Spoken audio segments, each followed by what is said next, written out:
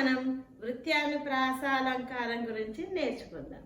మరి వృత్యానుప్రాస ప్రాస అన్నారు. ప్రాస అంటే రైమింగ్, అది అక్షరం కానివ్వండి పదం కానీ మళ్ళీ మళ్ళీ వస్తూ ఉంటే దాన్ని ప్రాస అని పిలుస్తాం.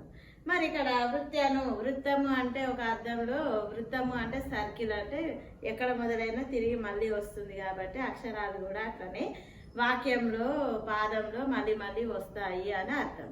మరి వృత్యానుప్రాస అలంకారము అంటే నిర్వచనం చూద్దాం.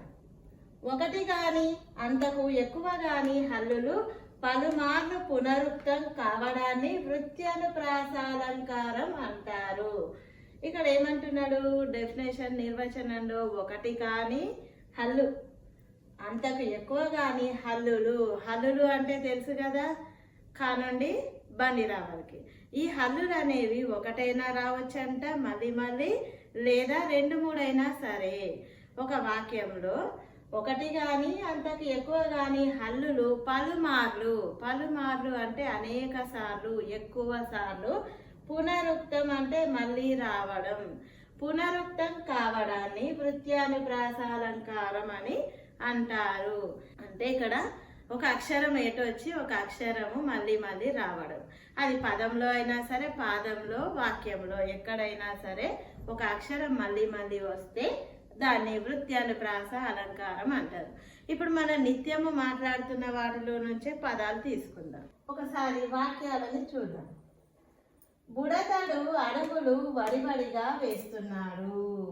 మరి బుడతడు అడుగులు వడివడిగా వేస్తున్నాడు అంటే ఇందులో ఏ అక్షరం ఎక్కువ సార్లు వచ్చింది? డ అనే అక్షరం ఎక్కువ సార్లు వచ్చింది. ఎన్నిసార్లు? 1, 2, 3, 4, 5, 6 సార్లు. ఏ అక్షరం? డ అనే అక్షరం 6 సార్లు వచ్చింది. రెండవది చూడండి.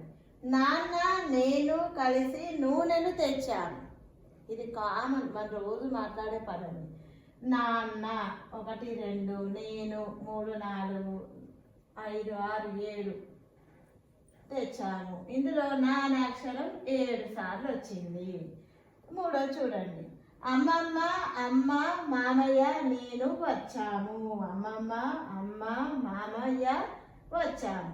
ము అనే అక్షరం ఎన్నిసార్లు ఉంది? 1, 2, 3, 4, 5, 6 సార్లు ఉంది. మా అనే అక్షరం 6 సార్లు వచ్చింది. ఇదే వృత్యానుప్రాస అలంకారము. ఒక అక్షరం ఎక్కువ సార్లు వస్తే ఇలాంటి పదాలు కూడా మళ్ళీ మీరు కూడా ప్రయత్నం చేయండి. మరి మీకు ఈ అలంకారం బాగా అర్థమైందని అనుకుంటున్నాను. ఈ మరిన్ని అలంకారాలతో